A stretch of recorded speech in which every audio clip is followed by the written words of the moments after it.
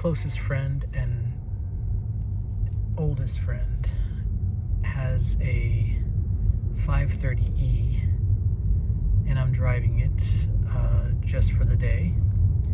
I've spent some time with it before, and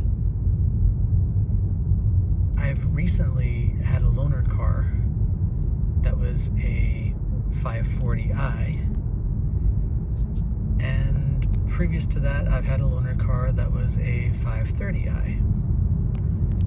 So now that I've had time with all three, just wanted to get some thoughts down. I genuinely do think that the 530e has some compelling reasons in its favor. You do not get that. I mean, I'm not going to bother you and bore you with the adjectives I could use for the B58 motor. It's definitely a gem, but it seems too powerful for the car, and it seems to be like, it's almost like you've got a sports car motor trapped in a family car's body. So I'm not quite sure about that one. And the handling balance is nice and fine, but it's just a far too powerful car, or a far too powerful motor, it feels like, for what is otherwise a very large, we're talking about, bigger than an E38 7 Series car. But the 530i, you would think, okay, well, if the 540i is a bit too much, then maybe the 530i is the way to go. And unfortunately, no, it's not. I just don't think the 530i motor works really in any modern BMW. Z4, no. 3 Series, no. 5 Series, no. But when you pair up the motor with the battery electric system, and especially in the way that BMW implements it, which allows it to shift through a transmission, now you've got a pretty interesting combination. And unlike the 540i, the inline 6, you have a setup that doesn't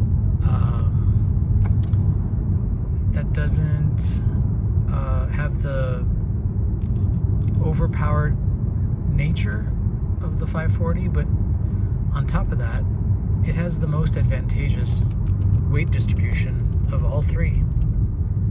Those batteries, they're in the back. So what you end up getting is a 52% rear bias to the chassis.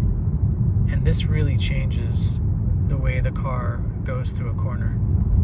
I'm obviously not going for it at the moment, but I can tell you, even at these speeds, there's something palpable about driving a car with over 50% of its weight in the rear wheels. And on top of the weight advantage, the 540i certainly has a lot of torque, but in overall use, you're averaging 21 miles a gallon or so. This car doesn't have quite the level of torque, but still more so than the 530i. And this car over its lifetime is averaging close to 40 miles a gallon, so we're talking about nearly double. Now, to me, that's a worthwhile trade-off. And in the 530i, you constantly hear this 4-cylinder motor that you really wish you didn't have to.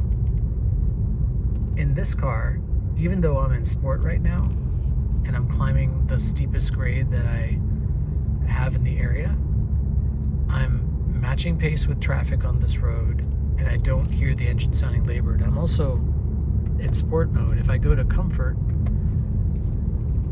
the engine will get even quieter, and you can ride that wave of torque. And this is really only operating non-silently because I have depleted the electric motor as I was rolling around town and didn't want to contribute to the local pollution. So overall, I would say, is this a driver's car? No, not really.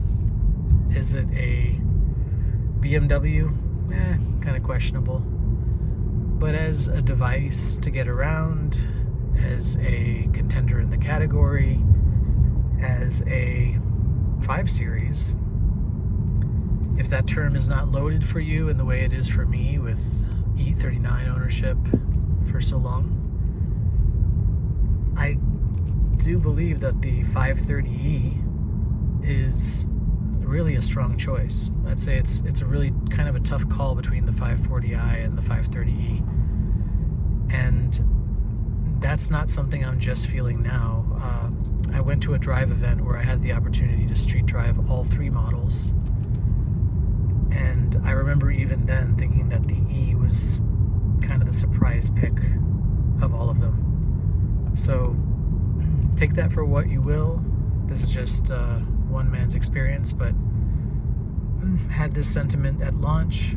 I have this sentiment in the middle of 2023. And I think in general, a lot of hybrids and plug-in hybrids, they can be really compelling cars to drive, not to mention the obvious drive on EV alone benefits of you might get a few miles in if your trips are short. That said, there are some plug-in hybrids that are far worse than their gasoline counterparts. So it really just is coming down to what it always has and what I've always advocated for since the early 90s. Just drive every version you possibly can before you commit your money to it. Don't listen to what you see on the internet, whether it's a review or a opinion on a message board, or even a YouTube video like this one. I'm really encouraging you to drive them yourself and see what you think. This one really works for my friend, but it may not really work for you.